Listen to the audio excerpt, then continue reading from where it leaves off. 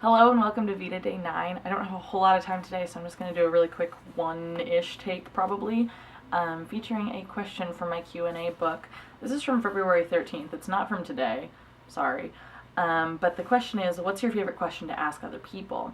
And the way I interpret this is kind of when you're getting to know someone better, there's a lot of small talky questions that you ask, and then at what point do you ask a question that you think reveals a lot about who they are? One question that I like asking people every now and then is, what do you think your turning point is? Like, at what point, if you had made a different decision, do you think your entire life after that would be different? For me, it was choosing to skip 6th grade.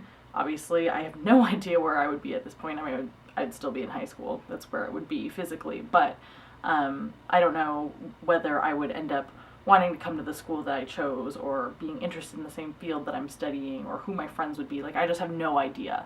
And for me, I think that was definitely my turning point.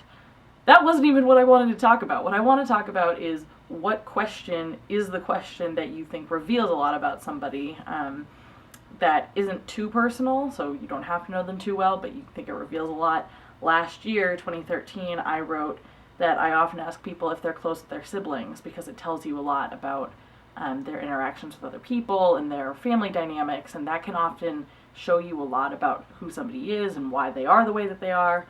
And then this year I said I like to ask people why they chose this college, because I think that similarly shows you a lot. I was doing so well, and then I paused for a really long time, and now I have to cut it out. Whatever, it's fine.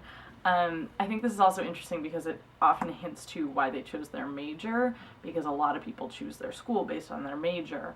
A lot of times those people will also tell you where else they applied and whether or not they got in and why they were attracted to those places and whether or not they're happy here. So that's a good question, I think, for kind of starting to form a deeper connection to someone, because they are willing to open up about why they made a certain decision, which tells you a lot about their decision-making processes and what's important to them and that kind of thing. For me, I chose here because of the size and because of the program, and although I'm really far away from home, and not very many people are far away from home, that also shows you something. That shows that I'm willing to leave my home that I've established and leave my family, my friends, to go to a place that I'm interested in. Like, that wasn't as important to me.